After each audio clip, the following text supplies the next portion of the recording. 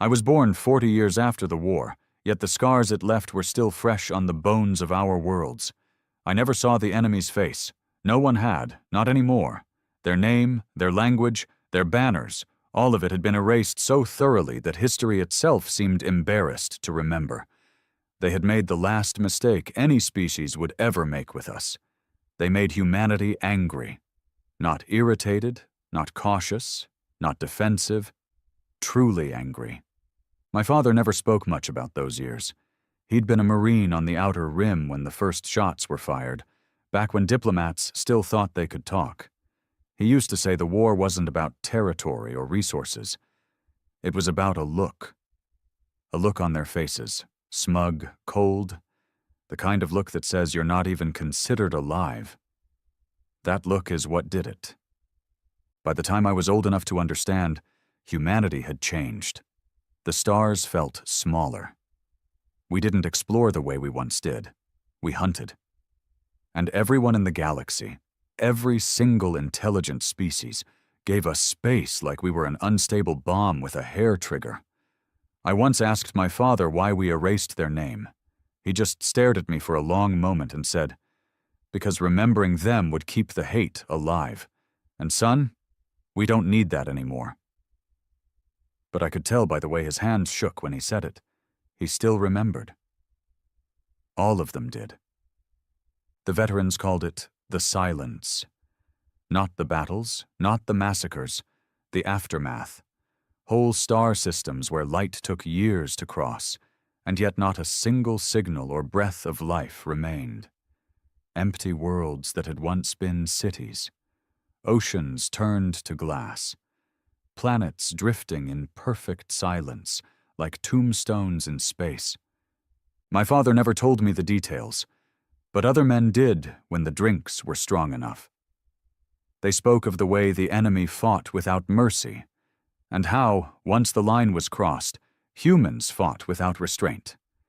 They told me the fleets moved like a single organism, not for conquest, but for obliteration.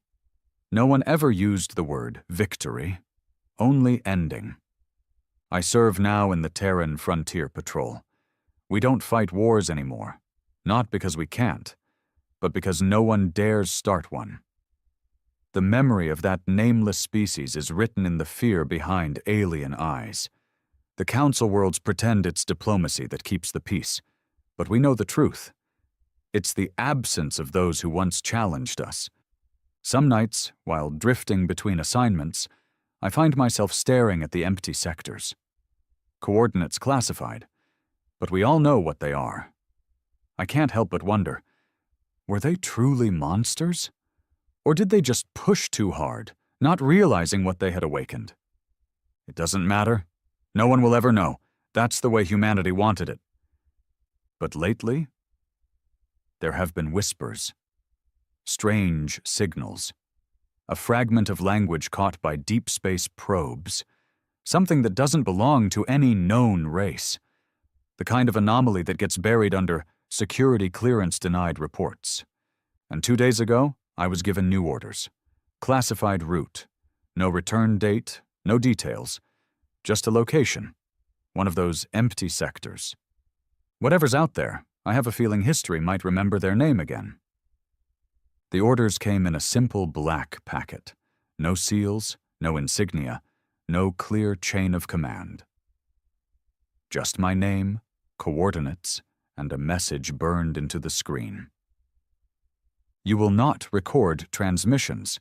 You will not initiate comms. You will not alter your course.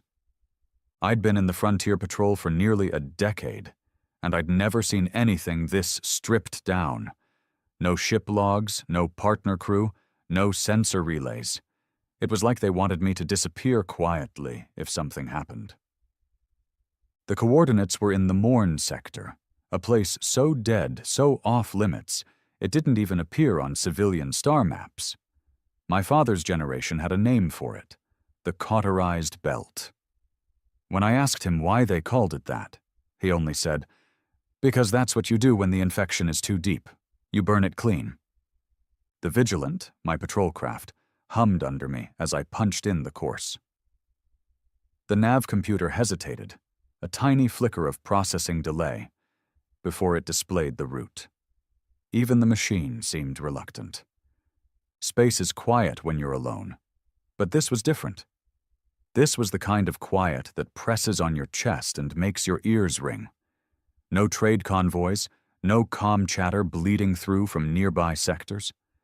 Just the slow, steady pulse of my ship's reactor and the occasional thud of the hull expanding under thermal stress.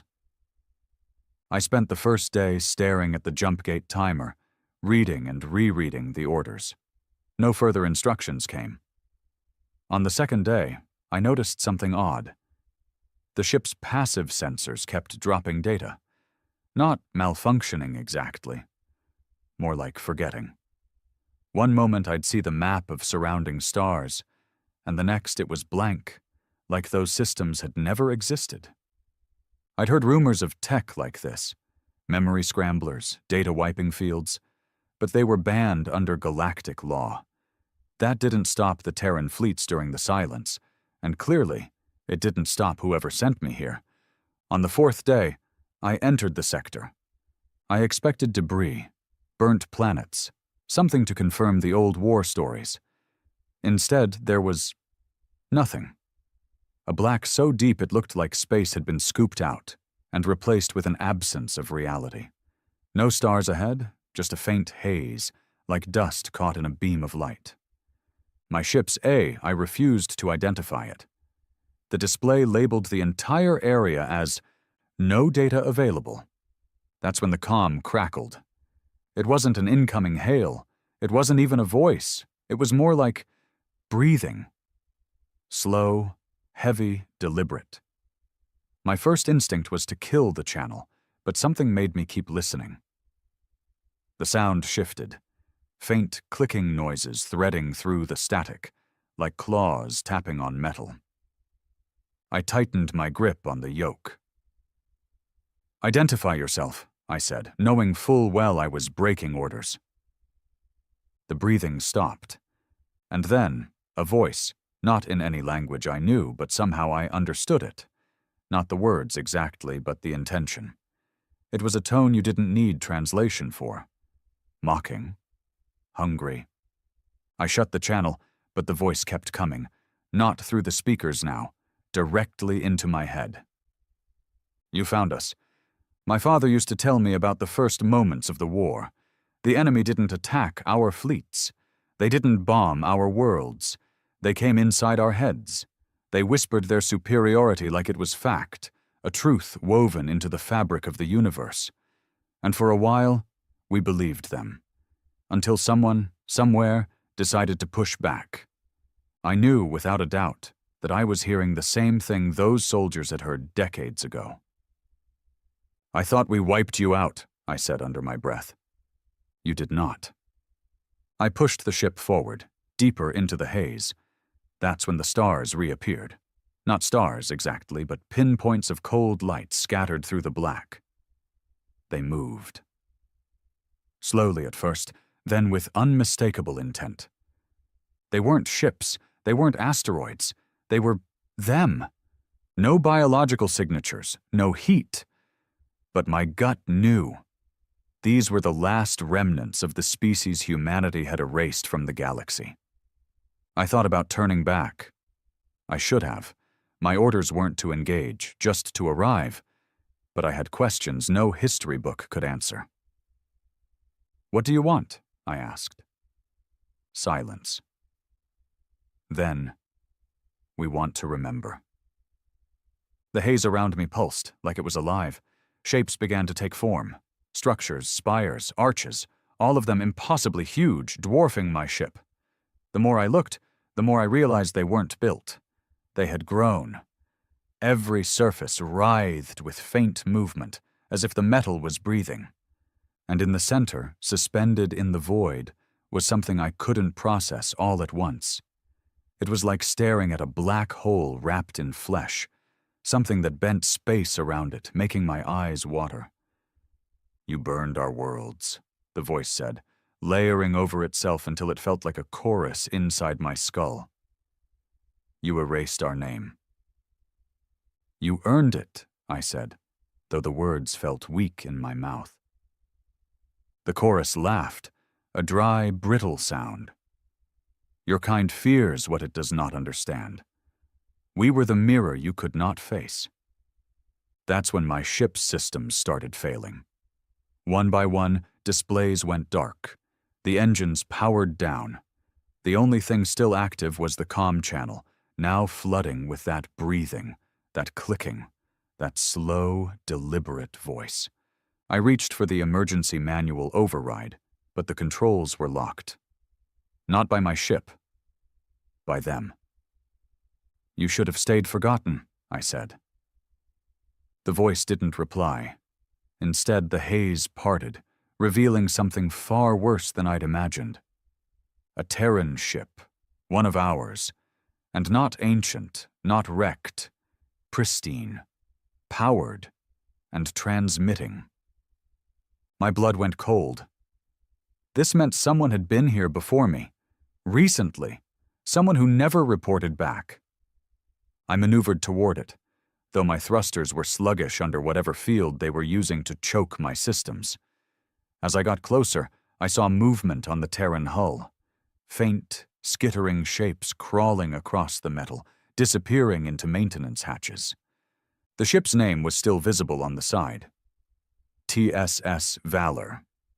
The Valor had gone missing 15 years ago, deep in the frontier. Official reports said engine failure, crew lost. But here it was, parked like a trophy. I hailed it. No response. I tried every override code I knew. Nothing. Then, without warning, my own airlock alarm triggered. Something was boarding. I grabbed my sidearm and headed for the lock. The klaxon screamed, red lights strobing across the corridor. I braced myself, expecting claws, teeth, some nightmare out of the war stories. But when the airlock cycled open, it wasn't one of them that stepped inside. It was a man. Terran. Armor scarred, visor cracked, eyes cold and bloodshot. His rifle was aimed squarely at my chest. You shouldn't have come here, he said. His voice was flat, almost mechanical. You're from the Valor, I said. They let me live, he replied. And there was something in the way he said, "Let" that made my skin crawl. They want me to tell you what's coming. I tightened my grip on my sidearm. What's coming? He smiled, not like a man, but like something wearing the memory of one. We remember now. Before I could react, the lights went out. The last thing I heard was the chorus of voices, no longer distant, no longer inside my head, but all around me, filling the ship. Darkness has a weight. You don't think about it until it's pressing down on you, thick and suffocating, like something alive. That was the first thing I noticed. The black wasn't just absence of light, it moved. The vigilance emergency systems should have kicked in instantly, but there was no glow from the backup panels, no hum of auxiliary power. My ears were full of static, but it wasn't coming from the comms anymore. It was inside my skull, like bees crawling in my brain. Then the smell hit me. Not smoke, not ozone, something older. Damp metal, wet earth, rot that had been locked away for centuries. My stomach tightened. Where are you? I shouted into the dark. No answer from the man who had boarded me. No answer from them. I fumbled for the manual light on my sidearm, thumbed it on. The beam cut through maybe 2 meters before it bent, like it was hitting thick water. The corridor walls didn't look like my ship anymore. The clean metal plating was wrong, uneven. Something organic was crawling over it, slowly pulsing, like veins just beneath skin. I took a step forward and my boot sank half an inch into the deck. The floor moved. That's when the whispering started. Not from a single direction. It came from all around, overlapping, too fast to be one voice, but too unified to be random. Words I couldn't understand, but every syllable felt sharp, like it was meant to cut. I followed the sound, sidearm ready, beam sweeping side to side. My ship's interior kept shifting. The familiar turns and junctions of the Vigilant were gone. I was walking through something's rib cage now, curved walls ribbed with ridges, dripping with moisture that steamed when it hit the beam of my light. A shadow moved ahead. Tall. Thin. The wrong number of joints in its limbs. "Stop!" I barked. My voice sounded small here. It stopped. Slowly turned its head toward me. It wasn't one of them. It wasn't the boarding soldier either. It was a blend. The face was human enough to trigger recognition, but stretched, the skin pale and translucent, shot through with dark lines like roots under glass. The eyes were black, not the absence of color, but full, like they were storing something in there. And when it opened its mouth, I realized it had no teeth, just rows of soft, wet ridges. It spoke in the same tone as the voice in my head. "We remember your kind." My finger tensed on the trigger. "Where's the man who came aboard?" It tilted its head. "He is becoming." I fired. The shot hit center mass, point-blank plasma burn. The thing staggered, then straightened, the wound knitting itself closed in seconds. It didn't lunge at me, didn't scream. It just smiled. That's when the deck dropped out from under me. I fell into black water, cold enough to punch the air from my lungs. I surfaced, gasping. But there was no ship above me now, just an endless cavern lit by a faint, sickly glow from walls that breathed. Shapes moved beneath the surface, large shapes. A voice boomed through the chamber. Not the chorus anymore. This was singular, heavier.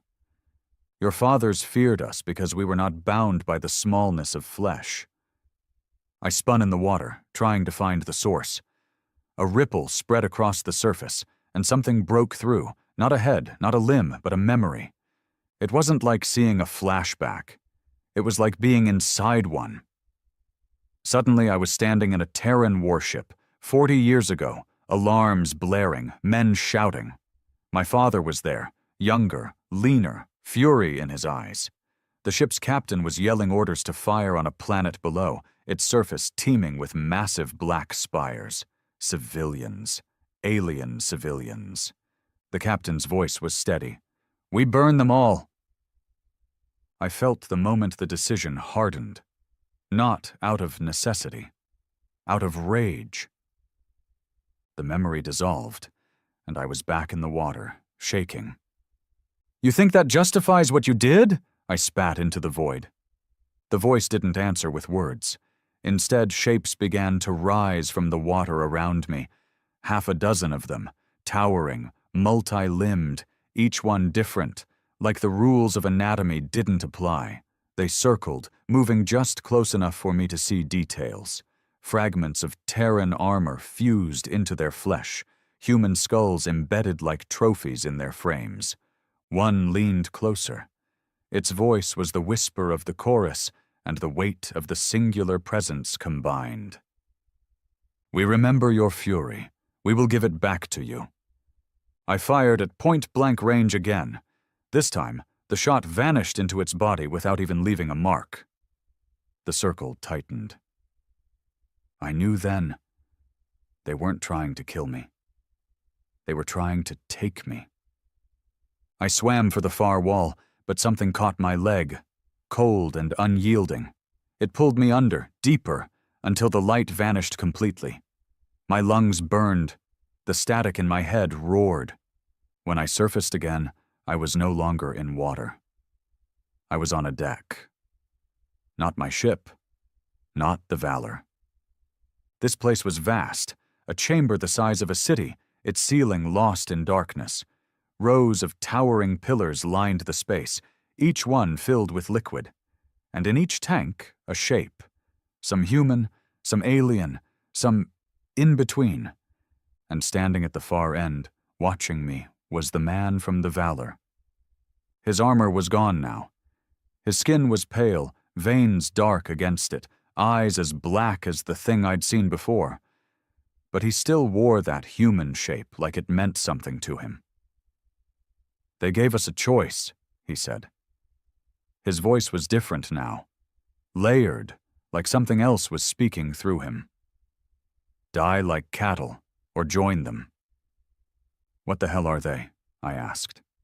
His smile didn't reach his eyes. "The only species that ever broke you."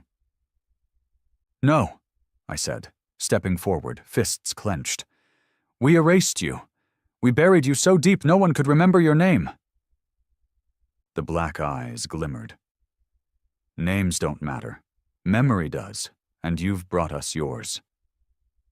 The tanks around me began to glow. Figures stirred inside them, pressing against the glass, their shapes shifting as they moved. I saw Terran uniforms, alien hides, strange hybrid forms that looked like they'd been stitched from nightmares. "They're going to use you," I said. He nodded. "And I'm going to help them." Before I could reach for my weapon, something slammed into my back. My vision flared white, and I hit the floor hard. Cold hands gripped my arms, my legs, dragging me toward an empty tank at the end of the row. The voice, the singular one, filled the chamber again.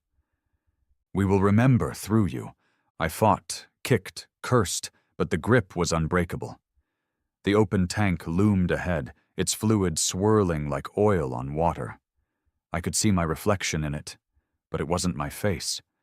It was something stretched, hollowed, black-eyed. The Valor's man stepped close, leaning down so only I could hear. "You'll see, soon enough. The war never ended." And then they pushed me in.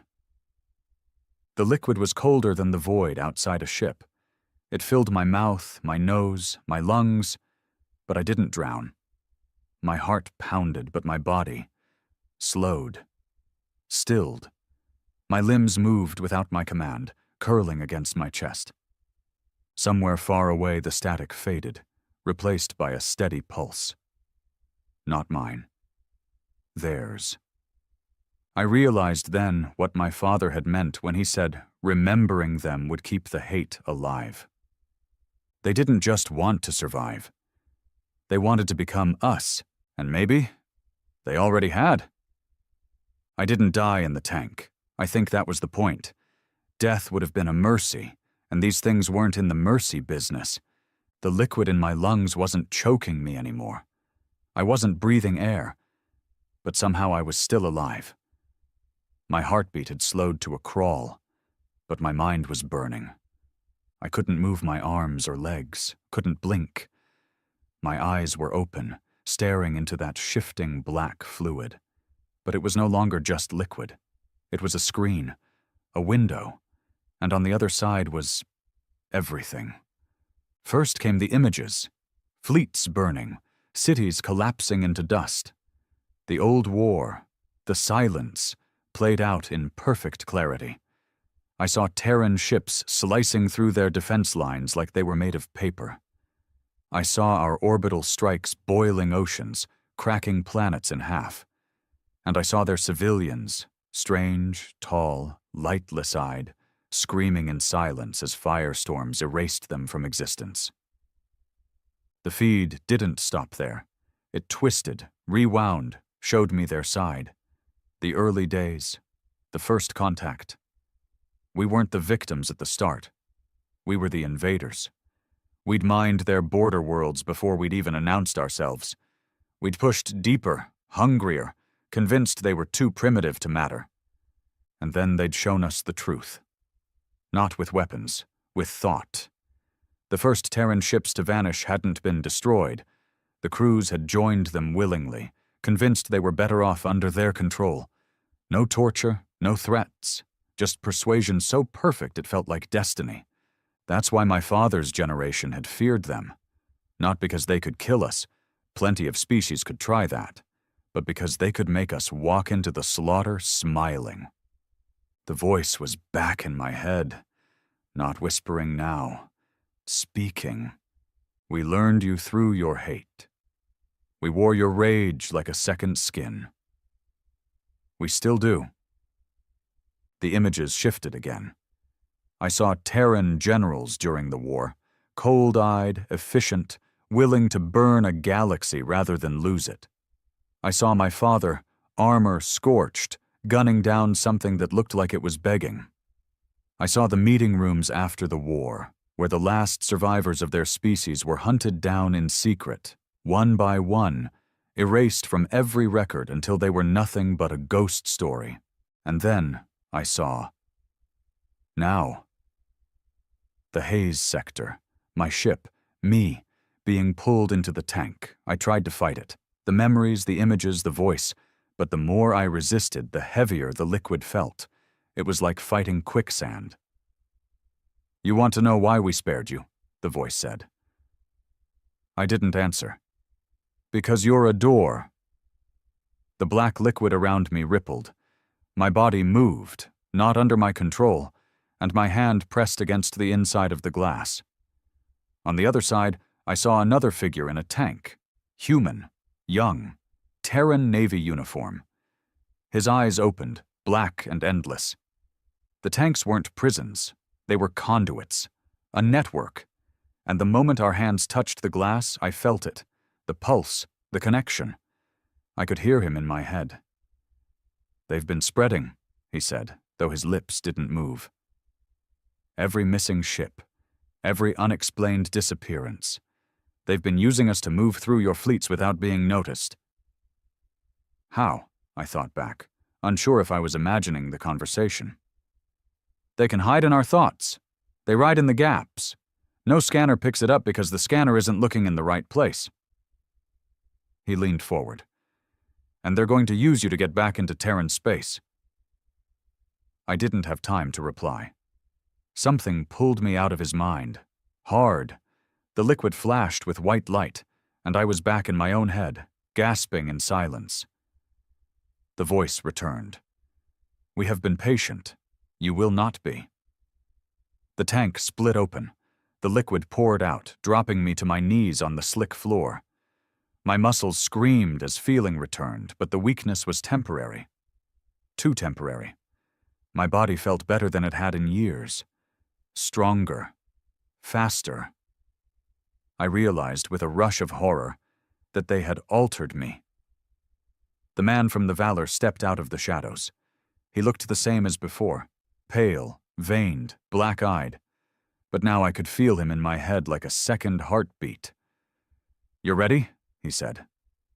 For what? I spat, pushing myself to my feet. He didn't answer with words.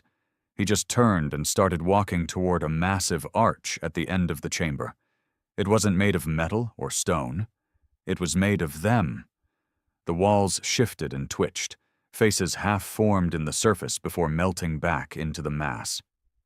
The arch opened, and I saw space beyond it. Real space. Stars. This leads out, he said, straight into Terran territory. You're insane if you think I'm leading you there. He smiled, that same not-quite-human smile. You don't have a choice. They've already threaded you. I didn't understand the word, but the moment he said it, I felt it. A pressure deep in my skull, a compulsion buried under my own thoughts. The moment I got back to Terran space, I'd carry them with me. Invisible, undetectable. No, I said, shaking my head. I won't. He stepped close. Every soldier says that at first. None of them mean it when the time comes. I swung at him, hard, fast, stronger than I'd expected. My fist connected with his jaw, and for a moment, surprise flickered across his face. Then it vanished, replaced by something colder. He caught my arm and twisted it behind my back in one smooth motion. You think you're fighting me, he said, but you're fighting yourself now. And I know exactly how you lose. Before I could answer, the floor under us shifted, carrying us toward the arch. My boots slid on the slick surface, my body resisting, But every step took me closer to that threshold. I could feel the pull in my chest growing, the compulsion tightening. Then, a sound. Not the whispering, not the voice, a real sound, metal, engines. Through the arch, I saw it, a Terran patrol ship dropping out of FTL, directly ahead. They were close enough that their running lights gleamed against the arch's surface. The man from the Valor looked pleased. "Your ride's here." I made my move. I wrenched my arm free, slammed my shoulder into his chest, and sent him staggering into the wall. The surface of the arch reacted instantly. Faces lunged out of it, dragging him in, wrapping around him like quicksand. His muffled scream echoed in my head and then cut off entirely. I ran. The arch pulsed as I crossed it, the transition like being shoved through freezing liquid. I hit the deck plating of the Terran patrol ship hard, rolling to absorb the impact. My lungs burned, but I was breathing air again. The crew stared at me, armed, wary. One of them recognized my uniform. "Identify yourself," the captain barked. I opened my mouth and froze. The pressure in my skull was gone. Number not gone, hiding. I realized then exactly what had happened. The arch had let me go because I'd already done what they wanted. I was in Terran space now. I was carrying them with me, in my head, invisible to every scan this ship could run. And worse, I didn't know if I was still me. They didn't trust me from the second I hit the deck, and I didn't blame them.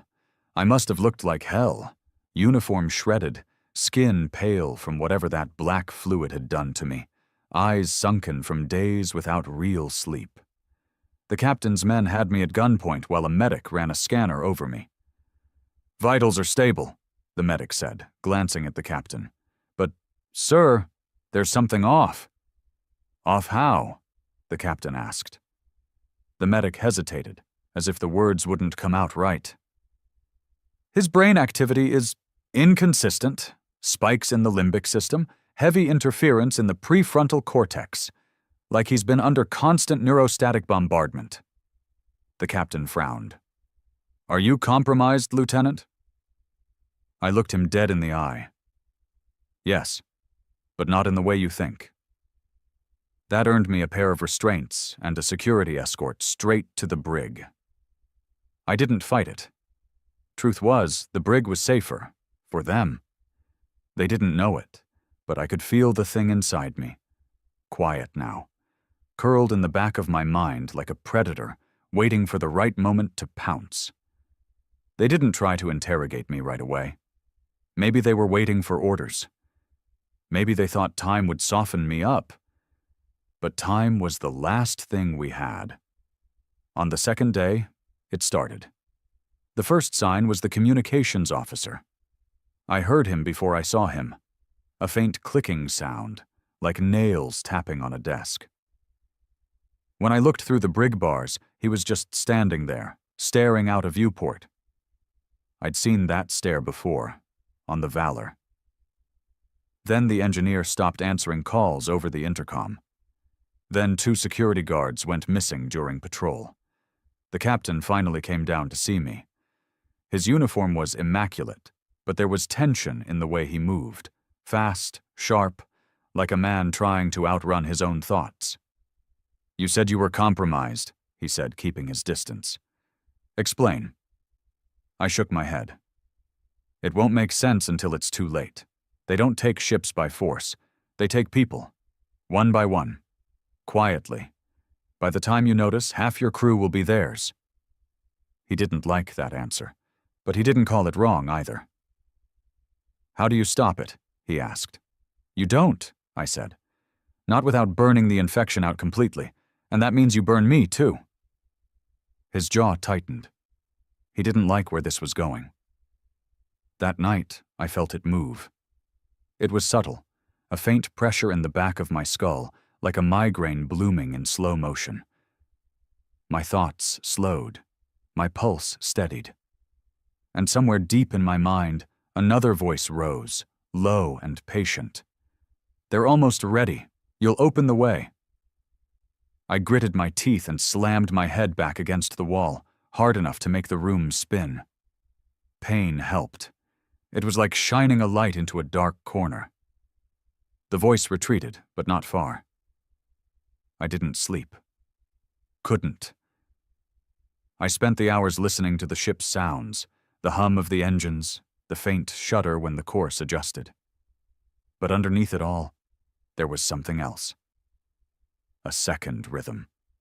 A slow, steady pulse that matched the one I'd felt in the tank. By morning, the ship was quieter than it should have been. No footsteps in the corridor. No intercom chatter. When the captain returned, he wasn't alone. 4 armed guards followed, but I didn't recognize their faces.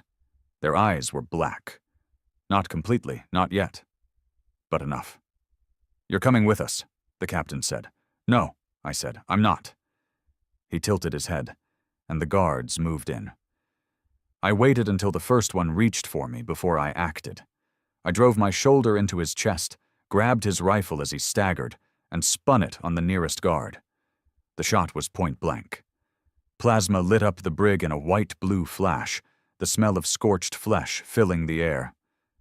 The captain's expression didn't change.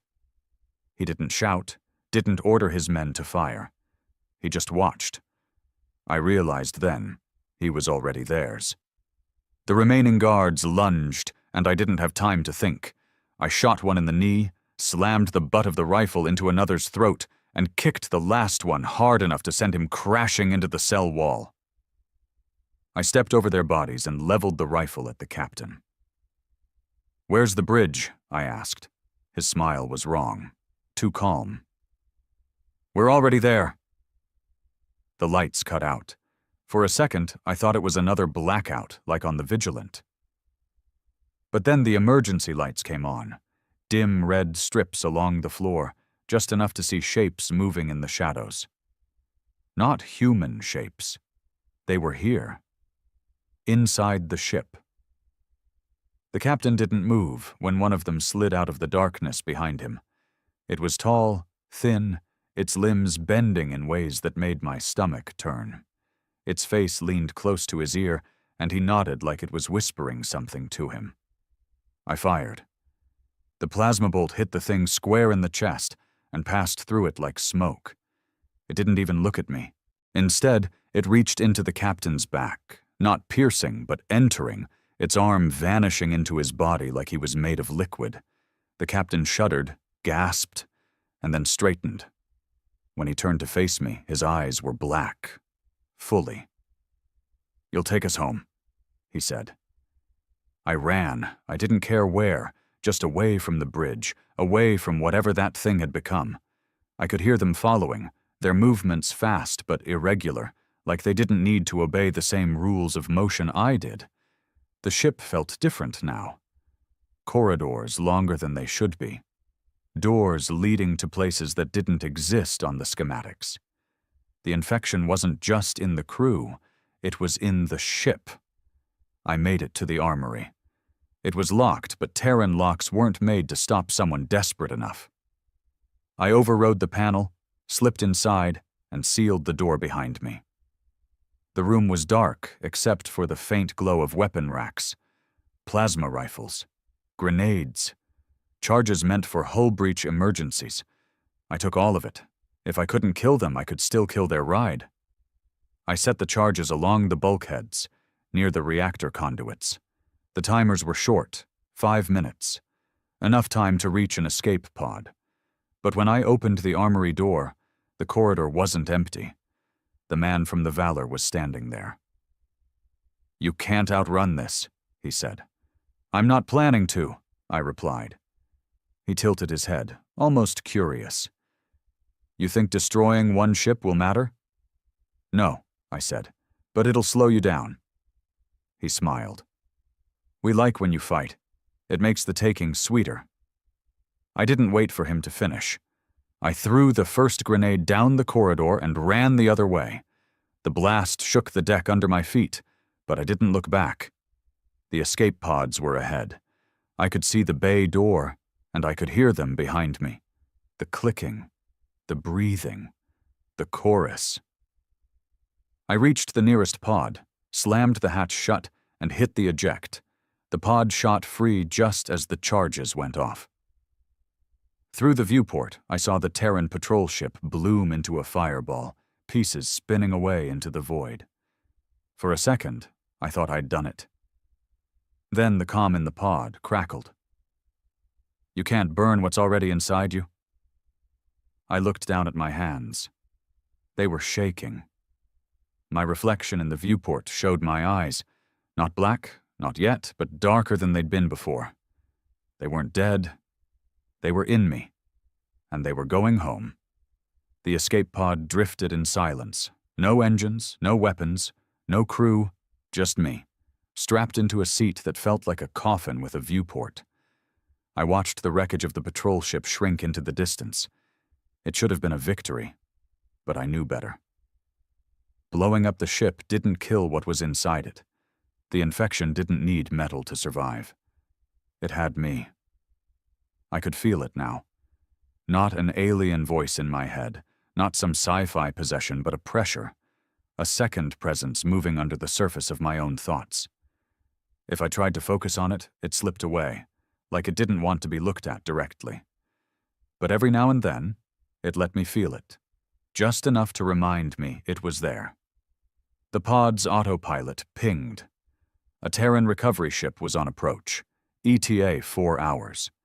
That gave me 4 hours to figure out if I was bringing home a survivor or a weapon. I tried every test I could think of.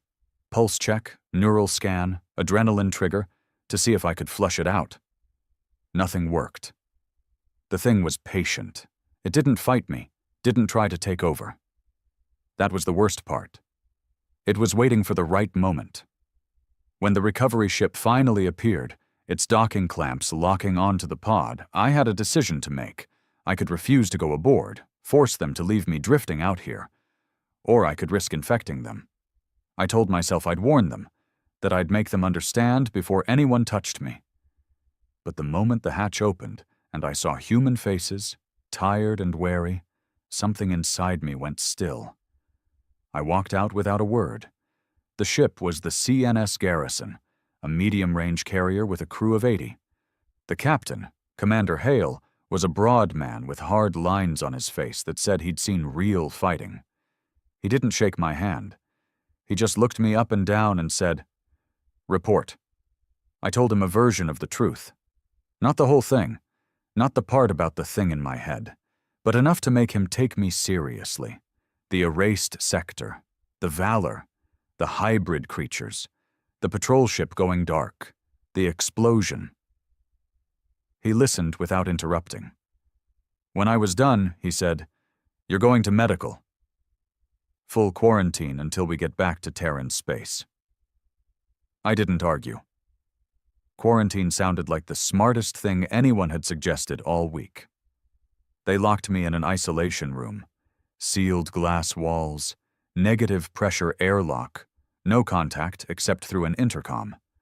I sat on the bunk and stared at the ceiling, waiting for the thing inside me to make its move. It didn't. Not that day. Not the next. By the third day, I was starting to think maybe it had burned out. Maybe I'd shaken it when the ship blew. That's when the dreams started. They weren't nightmares in the usual sense. No monsters, no blood. Just memories that weren't mine. Alien cities under black skies. Oceans that moved like living things. The feel of minds brushing against each other without speaking. When I woke, I could still smell the air from those places. I could taste it. And I knew. The thing wasn't gone. It was teaching me. On the fourth day, the garrison changed course. I didn't need to be told where we were going. I could feel it. The thing in my head wanted to go there, and I could see it like a beacon. Earth. That's when I stopped pretending I could sit in this room and do nothing. I waited until the next meal drop, when a crewman slid a tray through the airlock. When he leaned close to seal it, I slammed the tray back into his face, hard enough to send him sprawling. I was out of the cell before the alarms even started. I didn't head for the bridge. That's where they'd expect me to go. I went for engineering. If I couldn't kill the thing inside me, I could still kill the ride it was using to get home. 2 engineers were on shift. Neither had time to draw a weapon before I had them down and tied with whatever cabling I could grab. The reactor was sealed, but I didn't need to get inside it. I just needed to spike it. I was halfway through overriding the safety locks when Hale's voice came over the intercom. "Lieutenant, step away from my reactor." I ignored him. "You think you're saving us," he said. "But you're not. You're just making it easier for whatever's in your head to get what it wants." I froze. "You know?" There was a pause. "I've seen it before. 30 years ago. A recon pilot came back from a dead sector talking about voices and black-eyed crew. Command said he cracked under stress. But I saw it in his eyes, and I saw what happened when they tried to contain him." "What happened?" I asked. "They failed," Hale said flatly. 2 months later, 3 ships were gone. No debris, no distress calls, just gone. That should have made me more determined. Instead, it made me hesitate. If Hale was telling the truth, then the infection had been trying to get back into Terran space for decades, and now here I was, about to hand it another chance, either by letting it reach Earth or by blowing myself up and taking 80 people with me. "Lieutenant," Hale said quietly, "I can space you right now. No questions, no court-martial, just a clean end. You want that?" I almost said yes. I wanted it more than I wanted to admit. But the thing inside me moved then. Just a twitch. Just enough to make my hand slip on the controls. And in that split second, I knew it wanted me dead here, not later. Now. Because if I died here, it could jump. Find someone else. Slip into the next mind before anyone knew. "No," I said. "You're not giving it another body to hide in." I finished the override. The reactor alarms wailed, a rising scream of metal and heat. Hale swore over the intercom, shouting orders I didn't hear. I was already running for the escape pods. I didn't get far. The pressure hit me first, like my skull was being crushed from the inside. My legs buckled, my vision went white, and I heard the voice again. "You are ours." When I came to, I was back in the isolation cell. My hands were bound. Hale was standing on the other side of the glass, arms folded. "You didn't blow us up," he said. "You didn't even make it halfway to the pods. Whatever's inside you, it stopped you, didn't it?" I didn't answer.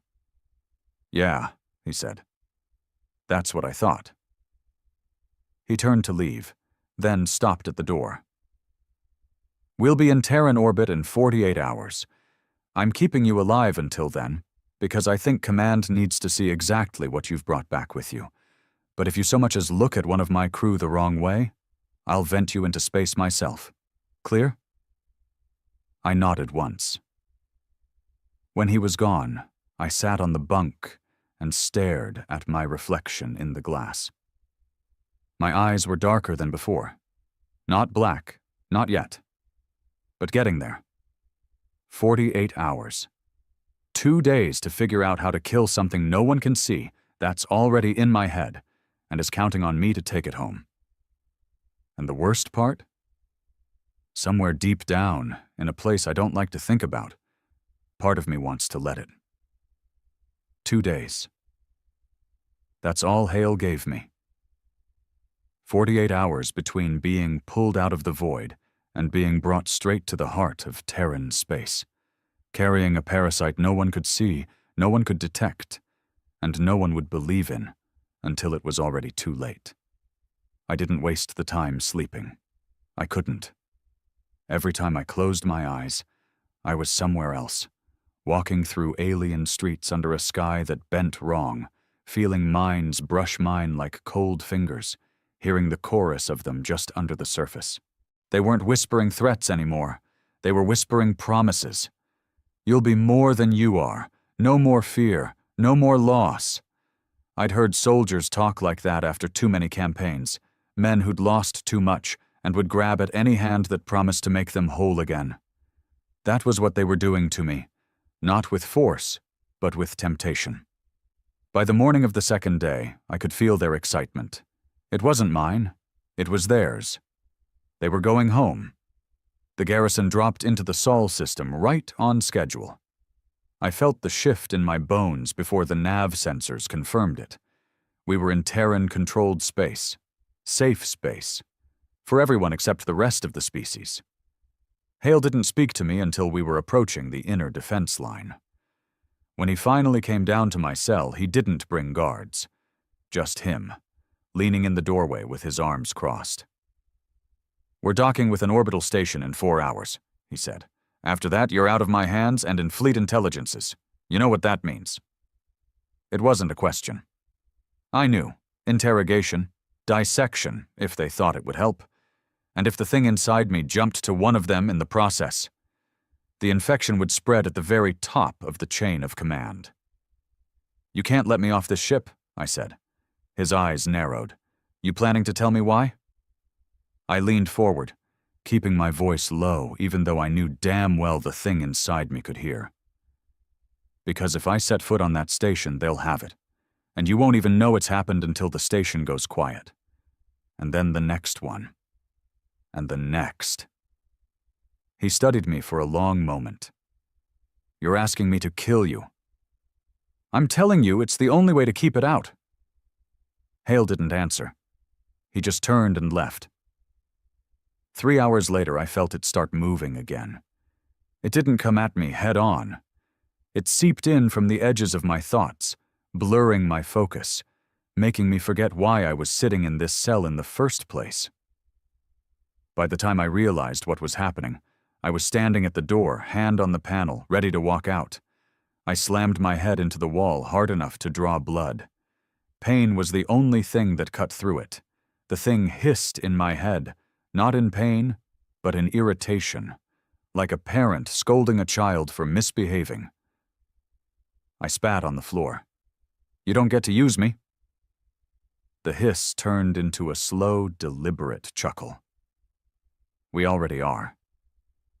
The garrison began its final approach to the orbital station. Through the viewport in my cell, I could see it. A vast wheel of steel and glass hanging against the curve of the Earth. Shuttles moved in perfect arcs, docking and undocking like blood cells in a vein. Thousands of people lived there. Families. Children. They had no idea they were about to become the first beachhead of a second war. I thought about my father. About how he'd said they erased the enemy's name to keep the hate from living on. I understood it now. Hate was fuel.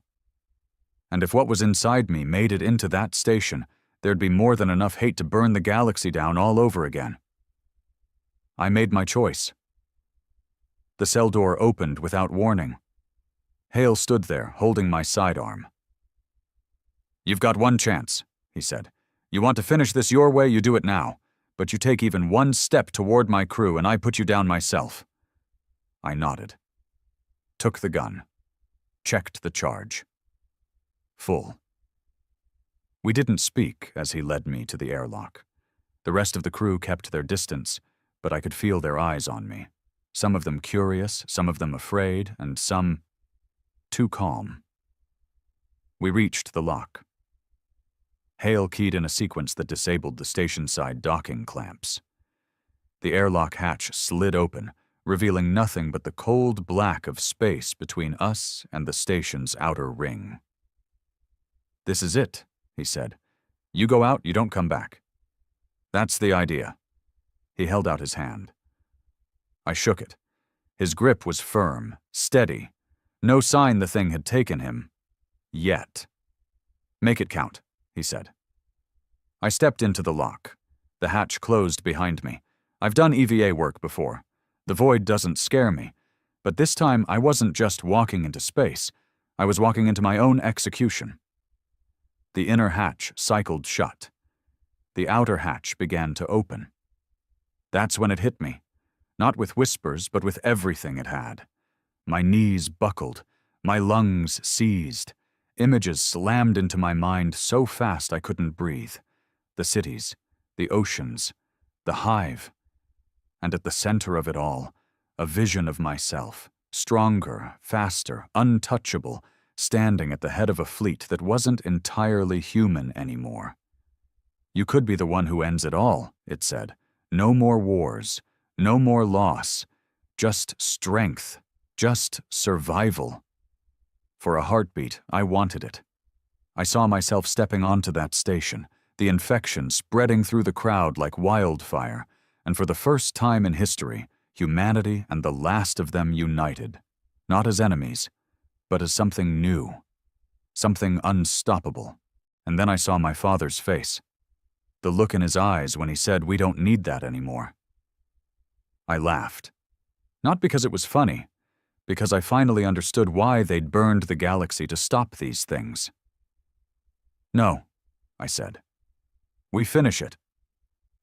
I pushed off into the void. The suit's thrusters burned white against the black as I angled away from the station and toward the garrison. The thing inside me screamed, not in words, but in raw fury. I could feel it clawing at my thoughts, trying to turn me back. I didn't.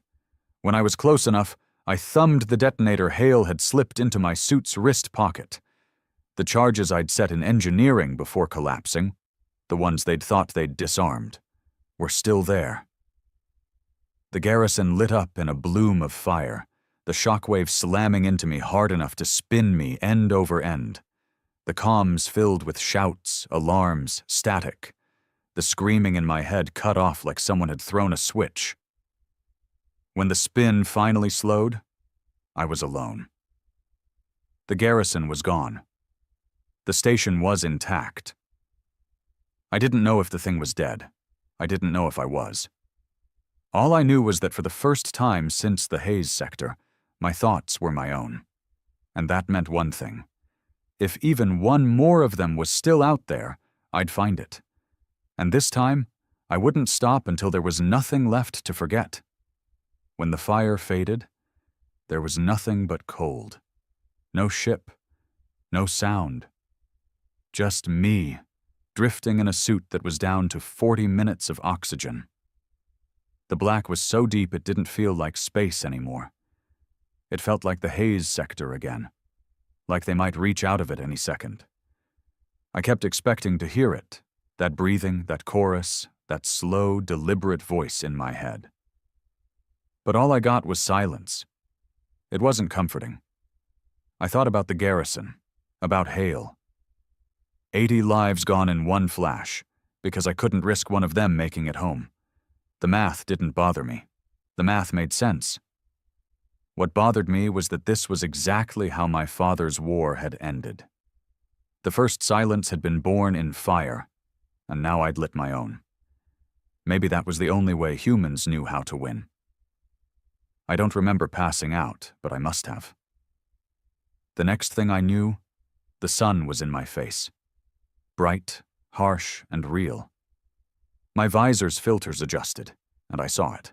A Terran recovery ship, smaller than the garrison, pulling me in with a grappler arm. They dragged me into the airlock, stripped my helmet, and hit me with a flood of questions before I could even breathe. Name, rank, last assignment. I told them I'd been with the garrison on approach to the Sol station when we were hit. Didn't mention by who. Didn't mention what I'd been carrying. I wasn't going to risk it getting in through their ears. They put me in a med bay, ran scans, pumped me with stabilizers. The doctor frowned at her readouts. "You've got elevated neural activity in the..." She started, but I cut her off. "Drop it," I said. "Clear me for duty or space me. No middle ground." She didn't like it, but she stamped the clearance. I think she was just relieved to get me out of her hands. They took me to the bridge to debrief with the captain, a younger man, all crisp uniform and careful speech. "We've sent word to the station," he said. "They'll want your full report when we dock." I leaned across his desk. "You're not taking me to the station." His eyes narrowed. "That's not your call." "It is if you want to keep that station breathing," I said. He tried to stare me down. It didn't work. I'd looked into blacker eyes than his. Finally, he sat back. Explain. So I did. Not everything. I kept the details about the network, the tanks, the man from the Valor, but enough that he understood we weren't talking about pirates or enemy fleets. We were talking about something that moved through people like a disease. He didn't believe me, not completely. But he'd heard enough war stories from the veterans to know when someone wasn't bluffing. "What do you want?" he asked. "Two things," I said. "A direct line to fleet intelligence and a ship." It took a day to get both. Fleet intelligence didn't send a voice. They sent a man in person. Older than Hale, older than my father had been when he died. He had the kind of stillness you only get from decades of knowing where the bodies are buried, because you're the one who buried them. We met in a sealed briefing room. No crew, no recordings. "You've seen them," he said without preamble. "Yes." "They're not supposed to exist anymore."